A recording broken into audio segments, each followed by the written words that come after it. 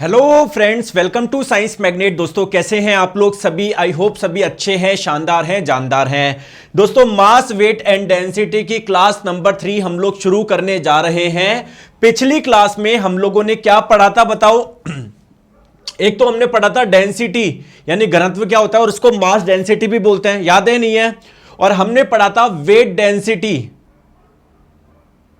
भार घनत्व, और साथ में मैंने आपको स्पेसिफिक वॉल्यूम क्या होता है, विशिष्ट आयतन क्या होता है, मैंने आप लोगों को यह भी बताया था। और साथ में रिलेटिव डेंसिटी, आपेक्षिक घनत्व, ये 3-4 कॉन्सेप्ट हम लोगों ने पढ़े थे। चलिए दोस्तों कुछ क्वेश्चंस करते हैं, फिर हम लोग आगे चलेंगे। इस बार का क्वेश्चन है ये, मास डेंसिटी का विमीय सूत्र क्या है? अभी मास डेंसिटी क्या होता है तो कंफ्यूज नहीं होना। डेंसिटी को ही मास डेंसिटी बोलते हैं। नॉर्मल जो भी डेंसिटी होती है उसको मास डेंसिटी बोलते हैं। और मास डेंसिटी क्या होता है? मास डेंसिटी क्या होता है? मास अपॉन वॉल्यूम यानी द्रव्यमान बटे आयतन। तो मास का एसआई मात्रक होता है किलोग्राम, आयतन का एसआई मात्रक होता है मीटर क्यूब। तो चलिए विमेय सूत्र क्या लिखोगे? किलोग्राम द्रव्यमान का मात्रक होता है, तो इधर लिख दो m। एक बार आ रहा है ना? कुछ सेकंड आ रहा है क्या? नहीं, यानी टाइम की पावर 0। नीचे मीटर किसकी यूनिट होती है? लेंथ की होती है, तो l की पावर 3 नीचे है, ऊपर जाके l की पावर -3 हो जाएगा। तो मेरा तो ये आंसर आ रहा है। क्या आपका भी ये आ रहा है? क्या आपका भी ये आ रहा है? क्या बताओ कौन सा हो जाएगा?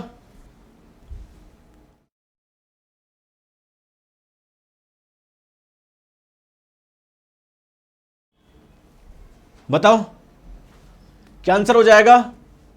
ऑप्शन नंबर डी बोल रहे हैं, m के पावर 1। ठीक है, बिल्कुल सही है। चलिए आगे, बहुत बढ़िया। नेक्स्ट क्वेश्चन आपके स्क्रीन पे बताएंगे, किसी पदार्थ का आपेक्षिक घनत्व इतना दिया हुआ है तो उसका घनत्व क्या होगा, रिलेटिव डेंसिटी क्या होगा? देखिए दोस्तों, रिलेटिव डेंसिटी यानी आपेक्षिक घनत्व किसी भी पदार्थ का कैसे निकालते हो? उस पदार्थ का घनत्व, उस पदार्थ का घनत्व, और उसमें आप लोग भाग लगाते हो पानी के घनत्व का। ठीक है, और यह फॉर्मूला कब वैलिड होगा? अगर आप लोग रिलेटिव डेंसिटी निकाल रहे हो किसी सॉलिड की या लिक्विड की। अगर गैस की निकालना जा रहे हो तो आप लोग यहां पर पानी की जगह वायु का दिया जाएगा।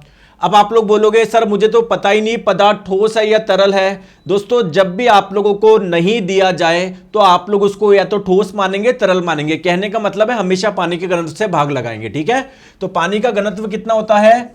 1000 किलोग्राम पर मीटर क्यूब होता है। आपसे पदार्थ की डेंसिटी पूछी गई है तो उसके आपेक्षिक घनत्व से को पानी के घनत्व से मल्टीप्लाई कर दे, तो 0.8 को जब आप लोग 1000 से मल्टीप्लाई करेंगे तो कितना हो जाएगा? 800 हो जाएगा। Option number A. आ रही है बात समझ में? चलिए नेक्स्ट क्वेश्चन आपके स्क्रीन पे, बढ़िया क्वेश्चन है ये, अच्छा क्वेश्चन है। तो विशिष्ट आयतन निकालना है, स्पेसिफिक वॉल्यूम निकालना है। दोस्तों विशिष्ट आयतन या इसे इंग्लिश में स्पेसिफिक वॉल्यूम भी बोलते हैं। ये क्या होता है? उसके वॉल्यूम में डिवाइड कर दो उसके मास का। अच्छा मुझे बताएंगे दोस्तों डेंसिटी क्या होता है? घनत्व, जिसको इस वाले सिंबल से भी डिनोट करते हैं, वो होता है मास अपॉन वॉल्यूम। और ये क्या है? Volume upon mass. तो कुल मिला के मैं बोल सकता हूं क्या 1 अपॉन डेंसिटी को ही स्पेसिफिक वॉल्यूम यानी विशिष्ट आयतन बोलेंगे। तो देखिए दोस्तों इसका मान कितना दिया हुआ है? 800 किलोग्राम पर मीटर क्यूब। तो फाइनल आपका आंसर कितना आ जाएगा? 1/800, और ये मात्रक हो जाएगा इसका मीटर क्यूब पर किलोग्राम। तो कितना हो जाएगा बताइए? 1/800 कितना होता है? क्या ये हो जाएगा क्या ऑप्शन नंबर ए? अरे मेरी गणित कमजोर है, क्या मैं आप पे भरोसा विश्वास कर सकता हूं क्या? अरे यार कई बच्चे बोल रहे हैं 0.8 होगा। 0.8 तो तब होता जब 8/10 होता। ये तो 1/800 है, कोई मिलान ही नहीं खा रहा है। अरे पढ़ाई समझ में आ रही है नहीं आ रही है? और मुझे दोस्तों एक आपके बारे में एक चीज़ और लग रही है, मुझे बताना मैं सही बोल रहा हूं या गलत बोल रहा हूं। कि सर अगर हम लोग सही तरीके से पढ़ाई करें, एक सही सीक्वेंस में पढ़ाया जाए तो सर पढ़ाई बहुत आसान है। और मुझे ऐसा लग रहा है आपको पढ़ाई में बहुत मज़ा आ रहा है इसमें, बेसिक साइंस एंड इंजीनियरिंग में। मुझे ऐसा लग रहा है, ये मेरे अंदर की, हो सकता है मैं गलत हूं, हो सकता है मैं गलत हूं। लेकिन मुझे ऐसा लग रहा है आपको बहुत मज़ा आ रहा है यार कि हाँ सर सब समझ में आ रहा है, चीज़ें कनेक्ट हो रही है। ठीक है, आ जाओ। मुझे पता पड़ जाता है उस बैच में, है ना। तो जिस बैच के बच्चे बढ़िया होते हैं वो बैच बढ़िया जाएगा। आ जाओ। अब दोस्तों आगे चलते हैं, थोड़ा सा आगे। नेक्स्ट एक कंसेप्ट समझते हैं, एक आयतन पर तापमान का क्या प्रभाव होता है। ठीक है, चलिए बहुत बढ़िया। चलिए एक चीज समझो, जैसे आपके पास में मान लो कोई टुकड़ा है, किसका मानोगे, लोहे का ही टुकड़ा मान लो, इसका कुछ वॉल्यूम होगा, कुछ आयतन होगा, यस और नो, बिल्कुल सर होगा। दोस्तों आप लोग मुझे बताएंगे अगर मैं टेम्परेचर बढ़ाऊंगा तो इसके आयतन पे क्या प्रभाव पड़ेगा। टेम्परेचर बढ़ाने से थोड़ा एक्सपेंड होगा क्या ये, तो आप लोग बोलोगे सर टेम्परेचर बढ़ाने से इसके वॉल्यूम यानी आयतन में क्या होगा, इंक्रीमेंट होगा। दूसरा क्वेश्चन मैं बोल रहा हूं डेंसिटी पे क्या प्रभाव पड़ेगा, इसके घनत्व पे क्या प्रभाव पड़ेगा, तो डेंसिटी होता है मास अपॉन वॉल्यूम यानी द्रव्यमान बटे आयतन। अब जैसे ये 1 किलो का है, ऐसे थोड़ी गर्म करते ही ये 1.5 किलो का हो जाएगा या आधा किलो ही रह जाएगा, नहीं उतना ही रहेगा। तो मास वैसा का वैसा है, लेकिन क्या हो रहा है, वॉल्यूम में इंक्रीमेंट हो रहा है। तो आप लोग बोलोगे डेंसिटी में क्या होगा, डेंसिटी डिक्रीज होगी, घनत्व में कमी आएगी। बोलो यस और नो, यहां तक बात समझ में आ गई क्या, है ना। ये एक जनरल हम लोगों ने बात करी। लेकिन अगर हम लोग बात करें वाटर की यानी पानी की, उसमें एक विशेष चीज देखी जाती है। क्या सर विशेष चीज देखी जाती है, आइए बताता हूं। जैसे मैं एक ग्राफ बना रहा हूं, एक एक्सिस पे ले रहा हूं वॉल्यूम यानी आयतन, और एक एक्सिस पे मैं ले रहा हूं टेम्परेचर यानी तापमान। ये ग्राफ कैसा आना चाहिए था, कुछ ऐसा आना चाहिए था ना, कि जैसे जैसे टेम्परेचर बढ़ रहा है वॉल्यूम बढ़ रहा है, ऐसा कुछ आना चाहिए था। बोलो। अब बात करते हैं पानी के साथ में कुछ विशेष बिहेवियर है पानी का। ठीक है, क्या बिहेवियर है भी देखेंगे। जैसे इधर मैं टेम्परेचर मान लेता हूं 0 डिग्री सेल्सियस, इधर मान लेता हूं मैं 1 डिग्री सेल्सियस, इधर 2 डिग्री सेल्सियस, इधर 3, इधर 4 डिग्री सेल्सियस, इधर 5 डिग्री, इधर 6 डिग्री, इधर 7 डिग्री, इधर 8 डिग्री। ठीक है, मान लिया मैंने। ठीक है, अब जैसे मान लो ठंडा पानी है बिल्कुल 0 डिग्री सेल्सियस पर। ठीक है, जब आप लोग उसको गर्म करोगे तो आपके विचार आएगा कि सर गर्म करने से एक्सपेंड होता है थोड़ा, तो लिक्विड का वॉल्यूम बढ़ेगा, चाहे लिक्विड हो चाहे सॉलिड हो, कुछ भी हो, बहुत बढ़िया। तो आपके अकॉर्डिंग दोस्तों ये ग्राफ कुछ ऐसा आना चाहिए था, कुछ इस टाइप का आना चाहिए था। क्लियर है क्या, बिल्कुल सर कुछ इस टाइप का आना चाहिए था। लेकिन पानी में आप लोग क्या देखते हो, जैसे मान लो पानी का कुछ वॉल्यूम है, आयतन है, जैसे जैसे टेम्परेचर 0 डिग्री सेल्सियस पे इसका कुछ आयतन है मान लो, है ना। तो जैसे जैसे टेम्परेचर बढ़ा रहे हैं वॉल्यूम बढ़ना चाहिए था, कुछ इस टाइप का ग्राफ आना चाहिए था। लेकिन आप लोग क्या देखते हो, एक अलग ही बिहेवियर देखते हो। क्या, कि मैं टेम्परेचर बढ़ा रहा हूं और वॉल्यूम क्या होता जा रहा है, कम होता जा रहा है, और कम होता जा रहा है, कम होता जा रहा है। एक अजीब ही बिहेवियर आप लोग देख रहे हो। कहां तक कम हुआ, 4 डिग्री सेल्सियस तक कम हुआ। क्लियर है। इसके बाद में क्या देखते हैं कि टेम्परेचर और बढ़ाया ना हमने, फिर इसका वॉल्यूम क्या हो रहा है, बढ़ रहा है। एक अजीब सा बिहेवियर देखने को मिल रहा है, नहीं मिल रहा, बताओ। तो अगर आप लोगों से पूछा जाए कि क्या हो रहा है जब हम लोग टेम्परेचर बढ़ा रहे हैं, पानी की स्पेशली बात कर रहा हूं, तो आप लोग बोलोगे कि सर टेम्परेचर बढ़ाने पर पहले तो वॉल्यूम कम हो रहा है और फिर आप लोगों का बढ़ रहा है। बहुत बढ़िया। तो अगर बात करें पानी का आयतन मिनिमम कब होता है, 4 डिग्री सेल्सियस पर पानी का जो आयतन होता है वो मिनिमम होता है। मिनिमम, मिनिमम यानी टेम्परेचर बढ़ाओगे तब भी आयतन बढ़ेगा, टेम्परेचर कम करोगे तब भी आयतन बढ़ेगा। चलिए अब दोस्तों मेरा क्वेश्चन ऐसा ये है कि जो डेंसिटी है, जो घनत्व है, जैसे मान लो उसका फॉर्मूला होता है मास अपॉन वॉल्यूम यानी द्रव्यमान बटे आयतन। तो टेम्परेचर में चेंज करने से अगर आयतन में चेंज आ रहा है तो क्या डेंसिटी में भी चेंज आएगा क्या, बिल्कुल। तो एग्जाम में अगर आप लोगों से पूछा जाए कि पानी की डेंसिटी पर क्या टेम्परेचर का प्रभाव पड़ेगा क्या, बिल्कुल। टेम्परेचर बढ़ाओगे कम करोगे डेंसिटी में चेंज आएगा। तो अगर पूछा जाए पानी की डेंसिटी कौन से टेम्परेचर पे मैक्सिमम होगी, तो दोस्तों जब वॉल्यूम का मान मिनिमम होगा तो क्या डेंसिटी का मान मैक्सिमम होगा क्या? तो अगर एग्जाम में पूछा जाए कि पानी की डेंसिटी मैक्सिमम कब होती है, पानी की डेंसिटी मैक्सिमम कब होती है या कितने तापमान पर होती है, तो आपका आंसर क्या आएगा? 4 डिग्री सेल्सियस पर। अगर आप लोग टेम्परेचर बढ़ाओगे तब भी डेंसिटी कम होगी, अगर इससे कम करोगे तब भी डेंसिटी कम होगी। बहुत बढ़िया। अच्छा, अब क्वेश्चन ये है कि पानी की मैक्सिमम डेंसिटी कितनी होती है, उसका मान क्या है?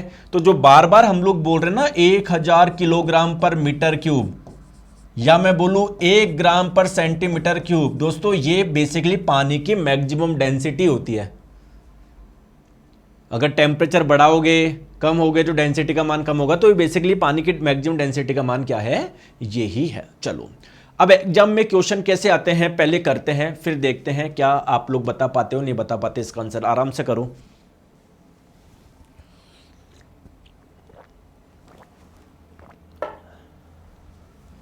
आराम से करो, देखो गलती मत करना। जब 1 किलो पानी को 4 डिग्री सेल्सियस से 0 डिग्री सेल्सियस तक ठंडा कर रहे हो तो इसके आयतन में क्या प्रभाव पड़ेगा? ये ग्राफ देखो आप, मैं बोल रहा हूं 4 डिग्री सेल्सियस पर मिनिमम होगा। अब इससे आप लोग टेम्परेचर बढ़ाओ या इस 4 से टेम्परेचर बढ़ाओ या 4 से टेम्परेचर कम करो, दोनों ही केस में आयतन बढ़ रहा है, दोनों ही केस में आयतन बढ़ रहा है। तो करेक्ट आंसर क्या हो जाएगा? 4 से 0 डिग्री सेल्सियस तक जब ठंडा किया जाता है तो इसका आयतन क्या होगा? बढ़ेगा। बस कर दी ना गड़बड़, लगा रहे हो डी। समझ ही नहीं आता, इतना समझा रहा हूं प्यार से धीरे धीरे, तब भी गलत कर रहे हो। कहां से होगा डी इसका? बताओ कार्तिक, मनीष, कौन थे डी वाले? एक बच्चे ने डी कमेंट कर दिया, उसके पीछे पीछे भग लेते हैं सारे, खुद का दिमाग लगाना नहीं है। चलो आगे बात समझ में। चलो, अगर एग्जाम में आप लोगों से पूछा जाए, अब मैं कुछ पूछ रहा हूं कि अगर पानी को हम लोग ठंडा कर रहे हैं, पहले उसका टेम्परेचर था 8 डिग्री सेल्सियस, अब ठंडा कर रहे हैं 0 डिग्री सेल्सियस तक, तो बताओ इसके आयतन पे क्या प्रभाव पड़ेगा? जल्दी से बताओ। 8 डिग्री सेल्सियस से 0 डिग्री सेल्सियस तक ठंडा कर रहा हूं मैं, बढ़ेगा। Very good. पहले कम होगा, कोई डिक्रीज बोल रहा है, सारे गलत है, एक बच्चे ने सही दिया है। अरे यार दोस्तों, जब मैं इसको ठंडा कर 8 से 0 तक लेके जा रहा हूं तो क्या हो रहा है? पहले आयतन कम हो रहा है फिर बढ़ रहा है, तो पहले घटेगा फिर बढ़ेगा। इतनी सी चीज समझ में नहीं आ रही है। क्यों नहीं आ रही आपको पता है? इधर ध्यान ही नहीं है, चीजें रटने की कोशिश कर रहे हो, समझने की कोशिश नहीं कर रहे हो। बस सर ने पूछा 8 से 0 में क्या होगा, चलो लिख दो बढ़ेगा। कोई मतलब नहीं है क्या पूछ रहा हूं, क्या कॉन्सेप्ट है। चलो आ जाओ, अब चलते हैं आगे नेक्स्ट पे। बहुत इंटरेस्टिंग कॉन्सेप्ट है, मजा आ जाएगा दोस्तों आप लोगों को जब ये कॉन्सेप्ट पढ़ोगे, बहुत शानदार मजा आएगा। दोस्तों, आपने कभी सोचा है क्या कि पानी में या समुद्री पानी में, मान लो समुद्र का पानी है, उसमें जब आप लोग एक कील डालते हो तो क्या वो नीचे डूब जाती है? क्या तल तक चली जाती है? क्या एक कील डाल रहे हो आप, अरे चलो नदी में मान लो, नदी में आपने कील डाली तो क्या नीचे आ जाएगी क्या? लेकिन दोस्तों, नदी में बड़े बड़ी नाव, बोट होती है, वो नीचे नहीं आती। या समुद्र में इतने बड़े बड़े शिप होते हैं, जहाज होते हैं, वो नीचे नहीं आते, वो आराम से बढ़िया चलते रहते हैं। क्या कभी आपने सोचा यार इसके पीछे क्या कारण है? बहुत शानदार कॉन्सेप्ट पढ़ने जा रहे हैं। अब देखो, एक चीज मुझे बताओ, जैसे मान लो किसी का द्रव्यमान है m, आगे बात समझ में, तो क्या उस पे नीचे की ओर एक फोर्स लगता है क्या, जिसे हम लोग बोलते हैं वेट यानी भार? तो अगर मान लो कोई 1 किलोग्राम की कोई वस्तु है तो उस पे नीचे की ओर बल कितना लगेगा? m इंटू जी। m का मान दोस्तों 1, स्मॉल g का मान 9.8 होता है, 10 मान लो, तो कहने का मतलब 10 न्यूटन का बल लगेगा। और दोस्तों, अगर कोई बड़ी वस्तु है, जैसे मान लो उसका द्रव्यमान है 100 किलोग्राम, तो उस पे कितने का बल लगेगा नीचे की ओर? 1000 न्यूटन का। तो दोस्तों, आप लोग मुझे बताएंगे, जो कील थी, है ना, ये कील जो थी, ये मान लेते हैं 100 ग्राम की थी, तो इस पे नीचे की ओर बल कितना लगेगा? m इंटू स्मॉल जी। m का मान है 100 ग्राम, किलोग्राम में बदलने के लिए 1000 से भाग लगा दिए, स्मॉल जी का मान 10, तो कितना आ जाएगा, 1 न्यूटन का बल लग रहा है। अब दोस्तों कोई बड़ा सा शिप है ना, समुद्र के पानी में कोई बड़ा सा शिप है, वो कितने किलो का होता है, और ये सर बहुत ज्यादा होता है, मान लो 5000 किलो का है, तो इस पे बल कितना लगेगा, 50,000 न्यूटन लगेगा। ये जो बल होता है, मतलब जो वेट है, जो भार है, वो क्या है, नीचे की ओर लगने वाला बल है। तो यार इस पे तो बल लग रहा है नीचे 50,000 न्यूटन का, और इस पे बल लग रहा है केवल 1 न्यूटन का, तो टेक्निकली देखे तो ये नीचे आना चाहिए था, लेकिन केवल आ ये रहा है। समझ रहे हो मैं क्या बोलना चाह रहा हूं? तो इसके पीछे कॉन्सेप्ट क्या है? अच्छा, आप लोग एक चीज मुझे बताइए, जैसे मान लो ये जहाज है, इस पे नीचे की ओर बल लग रहा है 50,000 न्यूटन का, ठीक है, और ऊपर की ओर बल लग रहा है मान लो 50,000 न्यूटन का, तो क्या इस कंडीशन में नीचे आएगा? क्या इस कंडीशन में नीचे आएगा? क्या नहीं आएगा? तो इसका मतलब जरूर दोस्तों इस जहाज पे ऊपर की ओर एक बल लग रहा है। भाई यही तो कंडीशन है कि इसमें सर ये नीचे नहीं आएगा, ये एक जगह रहेगा। बोलो, तो इसी बल को बोलते हैं बायंसी फोर्स, हिंदी में उत्प्लावन बल। इसी बल के बारे में हमको बात करना है, कैसे लगता है, किस किस चीज पे डिपेंड करता है, सारी हम लोग बात करेंगे, टेंशन मत लो। लेकिन इसके पहले एक कॉन्सेप्ट समझो, ठीक है, एक कॉन्सेप्ट समझो। तो हम लोग बेसिकली बायंसी फोर्स के बारे में पढ़ने वाले हैं, जिसको बोलेंगे हिंदी में उत्प्लावन बल। देखो थोड़ा सा और समझो दोस्तों, आपके पास में जैसे मान लीजिए एक पत्थर है, एक पत्थर है 2 किलोग्राम का।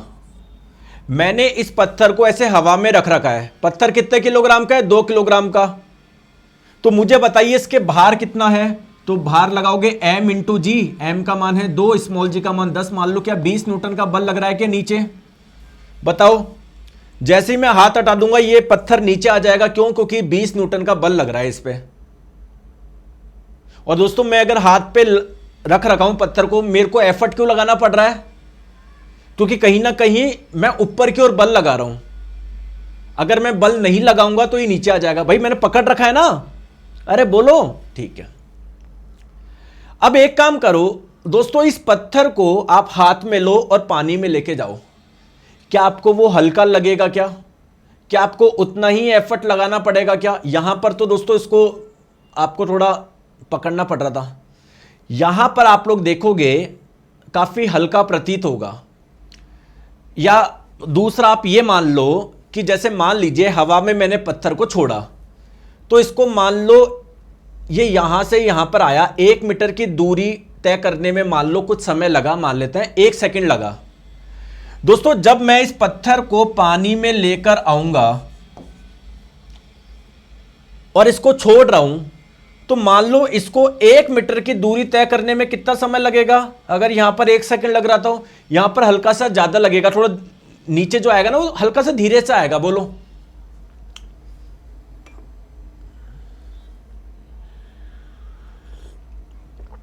नीचे आएगा।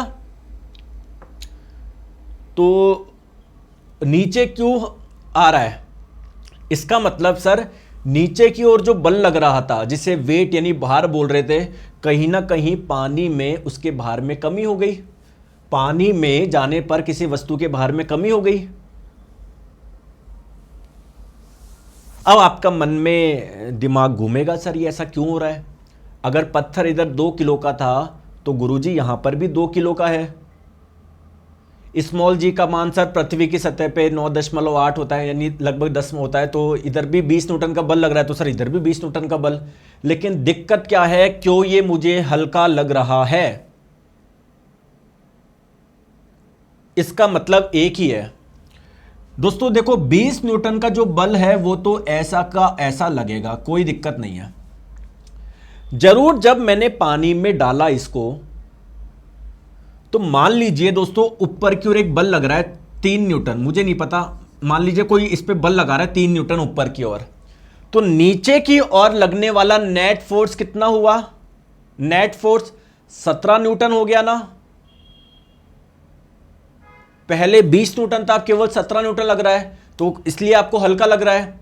अब क्वेश्चन ये है कि ऊपर की ओर जो बल लग रहा है, ये लगाया किसने, इस बल को क्या बोलेंगे, ये हम लोग कॉन्सेप्ट समझने जा रहे हैं।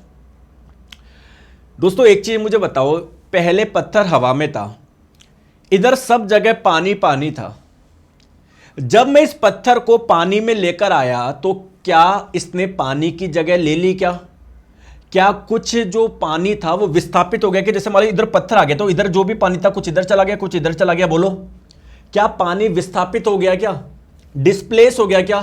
क्योंकि अगर जब पत्थर नहीं था सब जगह पानी पानी था, अब यार आपने पत्थर लिया है तो उस जगह का पानी इधर उधर कहीं पर जाएगा ना, डिस्प्लेस होगा ना, तो पानी को गुस्सा आएगा या नहीं आएगा? बिल्कुल आएगा। तो मैं ये बोलना चाह रहा हूं, जब भी किसी वस्तु को, जब भी किसी ऑब्जेक्ट को किसी लिक्विड में डालते हैं, कुछ तरल में डालते हैं, तो कुछ तरल विस्थापित होता है, कुछ लिक्विड डिस्प्लेस होता है। इसकी वजह से उस लिक्विड को गुस्सा आता है, ये डेफिनेशन ये से समझा नहीं समझा, उस लिक्विड को गुस्सा आता है और उस पर एक बल लगाता है, चल तू बाहर निकल। तो ऊपर की ओर लगने वाले बल को ही बोलते हैं बायंसी फोर्स, यानी उत्प्लावन बल। क्या बोलते हैं? बायंसी फोर्स, हिंदी में उत्प्लावन बल। अब आपके मन में क्वेश्चन आएगा, सर बल कितना लगेगा, 1 न्यूटन, 10 न्यूटन, 40 न्यूटन, इसको कैसे कैलकुलेट करें? वो करेंगे, लेकिन पहले उत्प्लावन बल लग क्यों रहा है, आप इसका कारण समझो। क्योंकि जब भी किसी वस्तु को किसी तरल में आप लोग लेकर आओगे तो कुछ तरल डिस्प्लेस होगा, विस्थापित होगा, और इसकी वजह से उस वस्तु पर एक ऊपर की दिशा में एक बल लगेगा, जिसे बायंसी फोर्स यानी उत्प्लावन बल बोलते हैं। आगे बात समझ में? अब क्वेश्चन ये है कि सर ये उत्प्लावन बल लगेगा कितना, 2 न्यूटन, 4 न्यूटन? देखो दोस्तों, एक व्यक्ति थे जिनका नाम था आर्किमिडीज। क्या नाम था? आर्किमिडीज। उन्होंने एक सिद्धांत दिया, एक प्रिंसिपल दिया, जिसे हम लोग आर्किमिडीज प्रिंसिपल के नाम से जानते हैं। इन्होंने क्या सिद्धांत दिया? इन्होंने बोला यार जब भी किसी वस्तु को किसी तरल में डालोगे ना, चाहे वो पानी हो या कुछ भी हो, तो वो तरल क्या होगा? विस्थापित होगा। इसकी वजह से उस वस्तु पे एक बल लगेगा ऊपर की ओर, जिसे बोलेंगे बायंसी फोर्स। उस बल का जो मान होगा ना, ध्यान से सुनना, आंखें बंद करके, उस फोर्स का यानी उस बल का जो मान होगा वो किसके बराबर होगा? जितना तरल विस्थापित हुआ है उसके भार के बराबर। Weight of displaced liquid. गुरुजी नहीं आया समझ में? कोई बात नहीं, पहले आप लोग डेफिनेशन समझो। मैं आपसे बोल रहा हूं, आर्किमिडीज साहब क्या बोल रहे हैं कि जब भी किसी बॉडी को इमर्ज किया जाता है किसी लिक्विड में या किसी तरल में, ठीक है, तो उस पे एक अपथ्रस्ट लगता है, ऊपर की ओर एक बल लगता है, जिसे बायंसी फोर्स यानी उत्प्लावन बोलते हैं। और इस उत्प्लावन बल का जो मान होता है किसके बराबर होता है? Weight of the fluid displace. जितना फ्लूइड डिस्प्लेस हुआ है, जितना तरल विस्थापित हुआ है, उसके भार के बराबर। पहले लिख लो इधर कि बायंसी फोर्स किसके बराबर होता है। मैं इधर लिख रहा हूं बड़े बड़े अक्षरों में, विस्थापित तरल के भार के बराबर। बस इस पे ध्यान दो। वेट ऑफ डिस्प्लेस्ड फ्लूइड, अभी मैं सब समझ, डिस्प्लेस्ड फ्लूइड बोल दो, लिक्विड बोल दो, ठीक है? आ जाओ समझो। देखो जैसे मान लीजिए, एक एग्जांपल में बता रहा हूं, एक एग्जांपल में बता रहा हूं, मानो, ध्यान से समझना, ये कंटेनर है जिसमें पानी भरा हुआ था ऊपर तक, ठीक है? क्लियर है दोस्तों? मैंने कुछ लोहे का टुकड़ा जो था ना, वो इसमें मैंने डाल दिया, जिसकी वजह से कुछ पानी बाहर आ गया। कितना आ गया? 2 किलोग्राम आ गया। दोस्तों आपने क्या डाला? इसमें टुकड़ा डाला। आप मुझे एक चीज बताओ, जब ये इधर आया तो क्या कुछ तरल विस्थापित हुआ? क्या कुछ लिक्विड डिस्प्लेस हुआ? क्या भाई, पहले इस जगह क्या था? पानी था, लेकिन जैसे आपने वो टुकड़ा डाला तो अब वो पानी कहां पर जाएगा? इधर उधर जाएगा। अब इधर इसकी जगह ही ऐसी थी तो थोड़ा सा बाहर निकल गया। और जब भी किसी वस्तु को किसी लिक्विड में डालेंगे तो उस पर एक बल लगेगा, तो दोस्तों इस पे भी एक बल लगेगा क्या, ऊपर की दिशा में, जिसे बायएंसी फोर्स यानी उत्प्लावन बल बोलते हैं। मेरा क्वेश्चन यह है, इस वस्तु पे कितना बायएंसी फोर्स यानी कितना उत्प्लावन बल लग रहा है, आराम से करो, सोच के बताओ।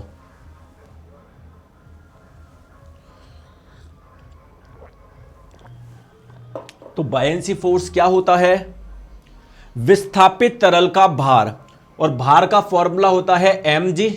तो आपको mg लेना है, किसका लेना है, कितना तरल विस्थापित हुआ है उसका भार लेना है।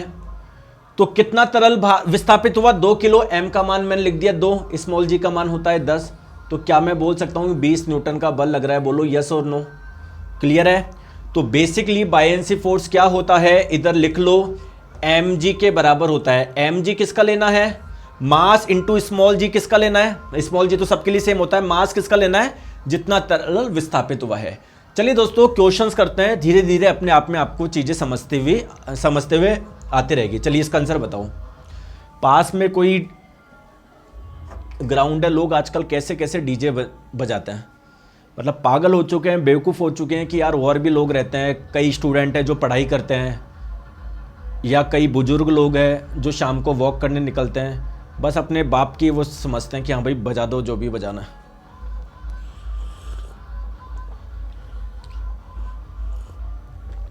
सिविक सेंस सही में नहीं है इंडिया में, है ना। आराम से करो, देखो करे, आ जाओ।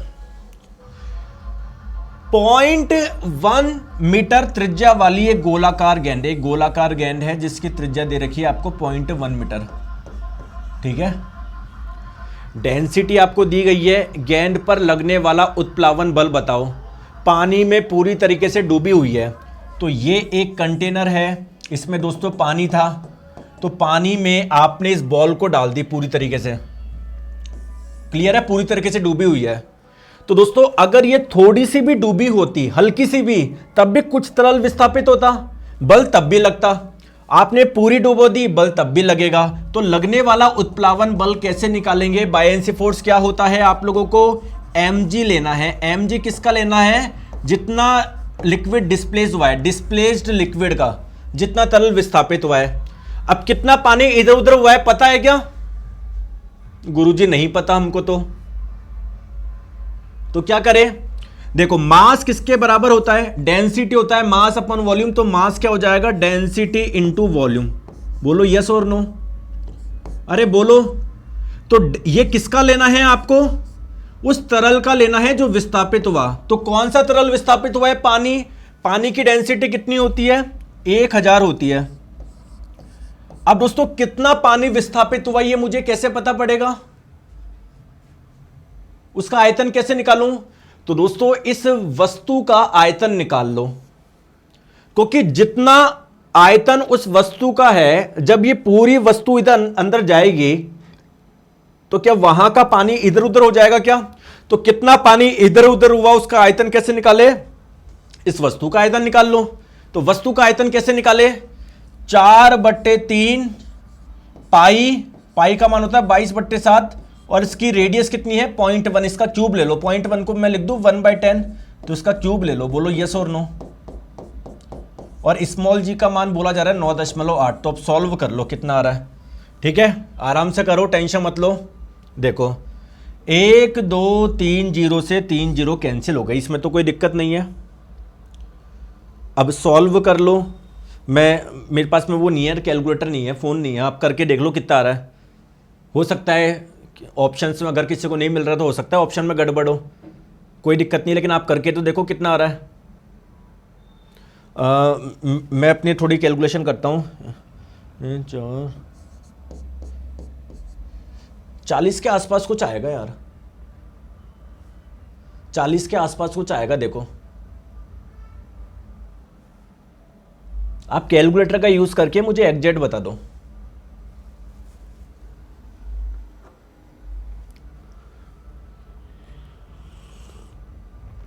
अरे यार यूज नहीं हो रहा क्या, 41.06 बोल रहे हैं एक बच्चा। सही है, मान लो 41.06 सही है, या कुछ और आएगा। एक बच्चा 44 बोल रहा है, तुमसे कैलकुलेटर नहीं हो पा, मतलब कैलकुलेटर से यूज करके नहीं हो पा रहा तुमसे। कोई 41.06 बोल रहा है, 41.06। क्या मैं टिक कर दूं? क्या इस पे, क्या मैं इस पे टिक कर दूं? क्या मैं इस पे टिक कर दूं? तो इतना बल लग रहा है। आगे बात समझ में? कोई परेशानी, कोई दिक्कत? ठीक है, चलो आगे चलते हैं नेक्स्ट क्वेश्चन पे। दोस्तों हो सकता है ऑप्शन में कुछ टाइपिंग मिस्टेक हो गई हो सकता है, जरूर नहीं है, आराम से करो। दोस्तों आपके पास में एक धातु का घन है, एक मेटल का क्यूब है, इसकी भुजा दी गई है आपको 0.3 मीटर। क्लियर है? और ये एक द्रव में पूरी तरीके से डूबा हुआ है, तो घन पर लगने वाला उत्प्लावन बल बताओ। तो उत्प्लावन बल बायएंसी फोर्स क्या होता है? भार के बराबर होता है। भार किसका लेना है? mg किसका लेना है? देख लो कितना तरल विस्थापित हुआ है। अब मुझे नहीं पता कि कितना तरल गया, 2 किलो, 4 किलो, 6 किलो, कितना हुआ मुझे नहीं पता। तो मास मुझे नहीं दिया हुआ, तो मैं क्या डेंसिटी इंटू वॉल्यूम कर सकता हूं क्या? डेंसिटी कितनी किसकी लेनी? तरल की लेनी। तरल की डेंसिटी है 1200। आयतन कितना तरल का आयतन इधर उधर हुआ हमको नहीं पता, लेकिन दोस्तों जितना क्यूब का आयतन होगा उतना ही तो पानी इधर उधर होगा, क्योंकि पूरा इस तरल में आ गया, तो उतना ही तो आयतन तरल का इधर उधर होगा। तो इसका आयतन क्या होगा? इसका क्यूब कर लो। 0.3 को मैं 3/10 बोल सकता हूं, तो इसको क्यूब कर लो। 3/10 इंटू 3/10 इंटू 3/10। और स्मॉल जी का मान क्या बोला गया है? दोस्तों एक काम करो, 10 ले लो यार, ये 10 ले लो, 10 ले लो, ठीक है, 10 ले लो।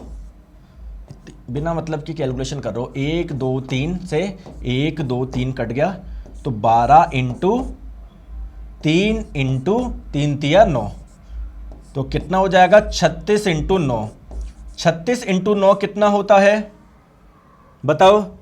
अगर 36 इंटू 10 होता तो हमारा आंसर आता 360, लेकिन 9 ही है, तो इसमें से 36 माइनस कर दो।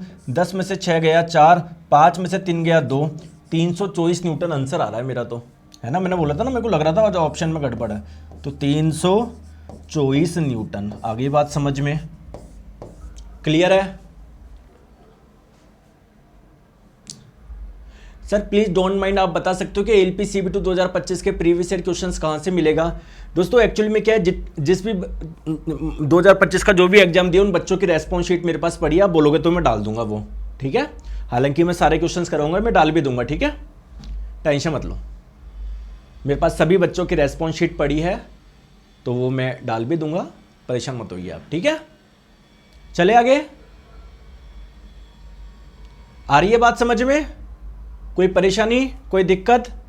अरे कैलकुलेशन सही है क्या? सभी का आंसर आ चुका क्या? 324? अरे यार 1058 कैसे आ रहा है? कुछ गड़बड़ कर दी क्या मैंने? डेंसिटी दी गई है, ये वॉल्यूम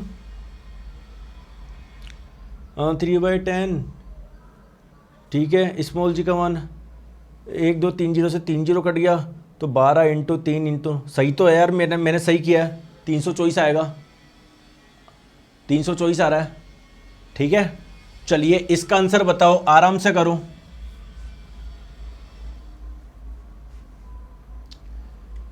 देखो एक बेलनाकार छड़ है, एक सिलेंड्रिकल रॉड है, ठीक है। इसका क्रॉस सेक्शन एरिया आपको दिया हुआ है 0.01 मीटर स्क्वायर, और इसकी ऊंचाई कितनी है? 1 मीटर है।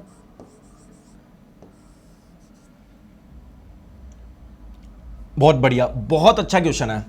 क्वेश्चन में क्या बोला जा रहा है देखो समझो, और जब भी ऐसे क्वेश्चन है ना, आप डायग्राम बना लो जिससे इजी हो जाए। देखो आपके पास में क्या था? पानी था, ठीक है, पानी था। इसमें ये सिलेंड्रिकल रॉड क्या हुई है? ऐसे डूबी हुई है। और क्वेश्चन में क्या बोला जा रहा है? पानी में 0.4 मीटर डूबे हुए सीधे तैर रही है, मतलब सीधे तैर रही है। इसकी टोटल जो ऊंचाई थी वो 1 मीटर थी। इसका कितना, इसकी ये लंबाई बोल दो, जो भी बोल दो, 1 मीटर थी। इसका कितना पार्ट पानी के अंदर है? 0.4 मीटर। अब बताओ कितना बल लगेगा? पहले मुझे बताओ क्वेश्चन समझ में आ गया क्या? आ गई बात समझ में?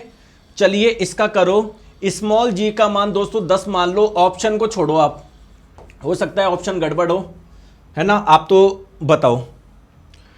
तो बायएंसी फोर्स क्या होता है, बेसिकली mg के बराबर होता है। mg किसका लेना है, भार किसका लेना है, जितना तरल विस्थापित हुआ है।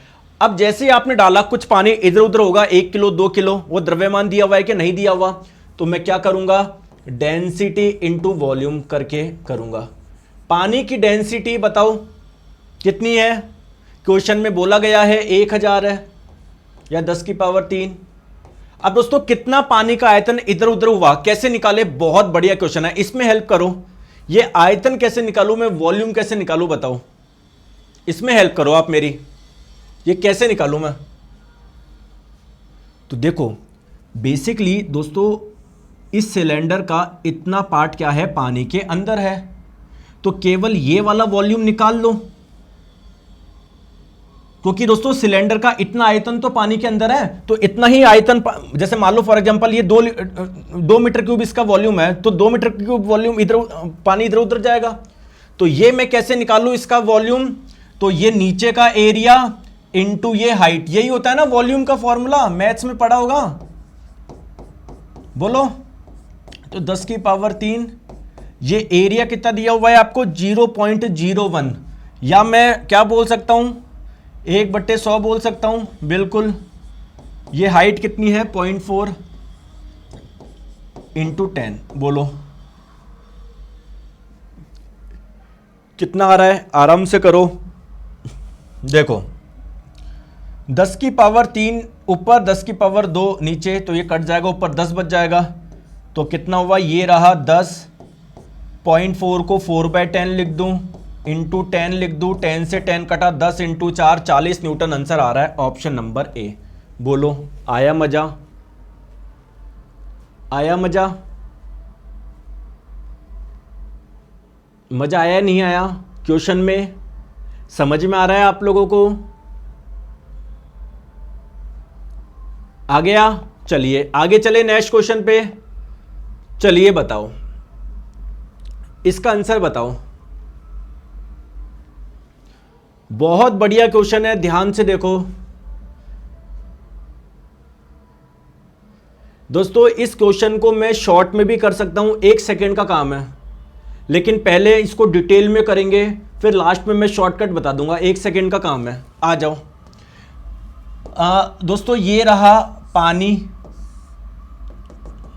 पानी तो लकड़ी का एक टुकड़ा है जो कि बोला जा रहा है इस पे तैर रहा है। तैरने का मतलब क्या है, इसका कुछ ही पार्ट पानी के अंदर है, बाकी बाहर है, ठीक है। डूबा हुआ कब बोलते हैं, जब इसका पूरा पार्ट ये पानी के अंदर होता, ठीक है। चलो तो आपको बताना है इसका कितना पार्ट पानी के अंदर है, कैसे निकाले समझ में नहीं आ रहा मेरे को, तो बहुत टफ क्वेश्चन लग रहा है, बहुत टफ क्वेश्चन लग रहा है। अच्छा एक चीज मुझे बताओ दोस्तों, ये फ्लोट कर रहा है या नहीं कर रहा, तैर रहा है या नहीं तैर रहा, बिल्कुल तैर रहा है, ठीक है। तो दोस्तों इसके द्रव्यमान को अगर मैं m मानूं, लकड़ी के द्रव्यमान को अगर मैं m मानूं, ध्यान से समझना मैं क्या बोलना चाह रहा हूं, तो इसका भार क्या होगा mg, वो इसको नीचे लाने की कोशिश करेगा, बोलो mg, किसके बात कर रहा हूं mg, वस्तु का mg या वस्तु का भार। और दोस्तों कुछ पार्ट मतलब पानी में है, तो पानी इस पे ऊपर की ओर बल लगाएगी, जिसको बायएंसी फोर्स यानी उत्प्लावन बल बोलेंगे। तो क्या मैं बोल सकता हूं क्या, जब भी कोई फ्लोट कर रहा है, तैर रहा है, तैरने का मतलब नीचे नहीं आ रहा, उस केस में उसका जो भार होता है और उस पर लगने वाला बायएंसी फोर्स बराबर होता है, क्या मैं ये चीज बोल सकता हूं क्या।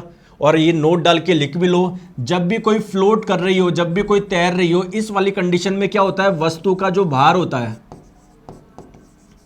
और वस्तु पर लगने वाला उत्प्लावन बल, वस्तु पर लगने वाला उत्प्लावन बल यानी बायएंसी फोर्स, ये दोनों बराबर होंगे, यस और नो। अरे यार बोलते नहीं हो। अब इसका द्रव्यमान m है वस्तु का, तो वस्तु का भार कितना हो जाएगा m इंटू स्मॉल जी, क्लियर है। वस्तु पर लगने वाला बल कैसे निकाले, ये उत्प्लावन बल, वो क्या लेना है आप लोगों को, mg लेना है, किसका लेना है, तरल का लेना है, लिक्विड का लेना है। बहुत बढ़िया। अब दोस्तों इसका मास मैं कैसे निकालूं? तो इसकी डेंसिटी को, वस्तु की डेंसिटी को मैं क्या मान लेता हूं? डी मान लेता हूं। इसके वॉल्यूम को मैं क्या मानूं?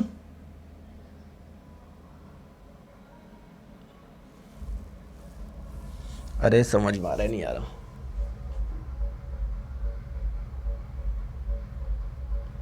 सर डीजे की, हाँ तो वो सुन लो ना, डीजे की आवाज आ रही है तो मतलब जो मैं पढ़ा रहा हूं वो उस पर ध्यान नहीं जा रहा, डीजे की आवाज पे जा रहा है।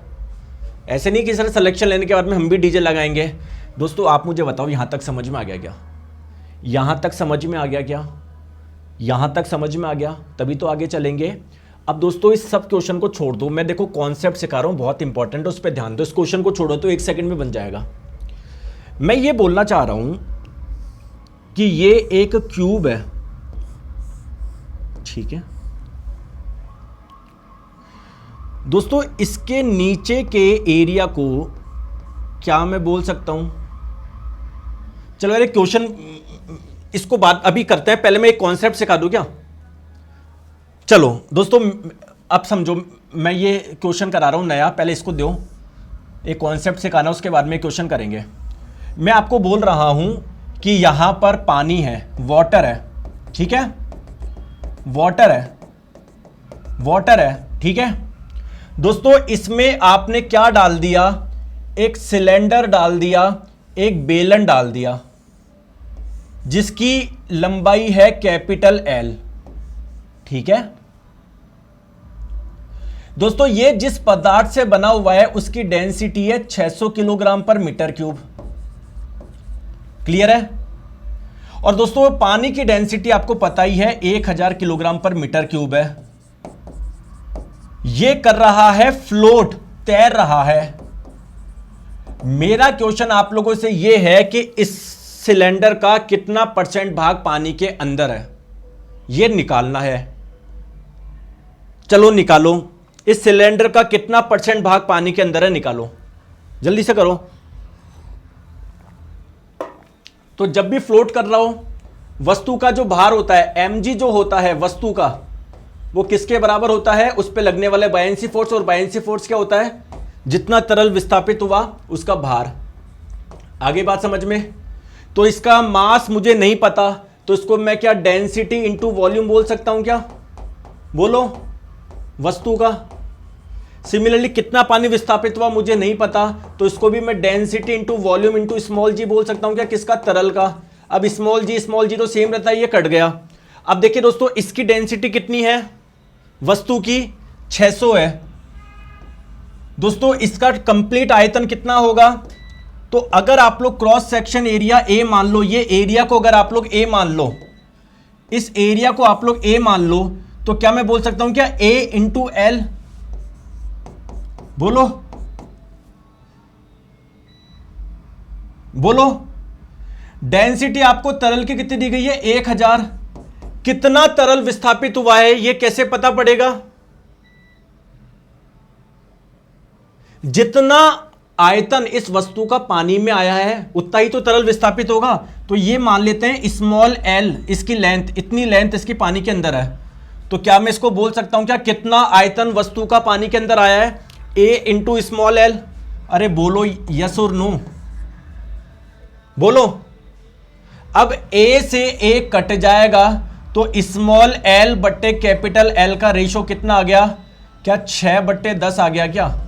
यस और नो, ये बात समझ में आई है नहीं आई? बोलो।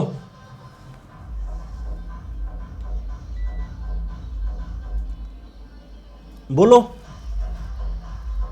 तो स्मॉल एल क्या है? इस सिलेंडर की कितनी लंबाई पानी के अंदर है। कैपिटल एल क्या है? इस सिलेंडर की कुल लंबाई। तो अगर मैं आप लोगों से पूछूं, अरे बेटा ब्लॉक कर दूंगा गणेश जी, डीजे कौन सा है, ये कौन सा है, कर दूं ब्लॉक? तो कुल मिला के अगर मैं आप लोगों से पूछूं इसका कितना % भाग पानी के अंदर है, तो आप लोग क्या बोलोगे? अगर इसको परसेंटेज में निकालना है तो 100 से गुना कर लो, परसेंटेज का साइन लगा लो। तो क्या इसका 60% पानी के अंदर है क्या? बोलो। तो अब क्या इतना बड़ा करने की जरूरत है क्या? ट्रिक बताऊं, ट्रिक क्या होगा? अगर आप लोगों से एग्जाम में पूछा जाए कि कितना परसेंट तरल के अंदर है, कितना परसेंट तरल के अंदर है, आपको क्या करना है? जो वस्तु डुबो रहे हो उसकी डेंसिटी कितनी है, डेंसिटी ऑफ वस्तु बटे जिस तरल में डाल रहे हो उसका। ये याद रख लो, सीधे ऐसे निकल जाता। बोलो यस और नो। अब आपको ये कॉन्सेप्ट समझ में आ गया? अब ये कॉन्सेप्ट समझ में आ गया तो इस क्वेश्चन को अब हम लोग करते हैं, ठीक है?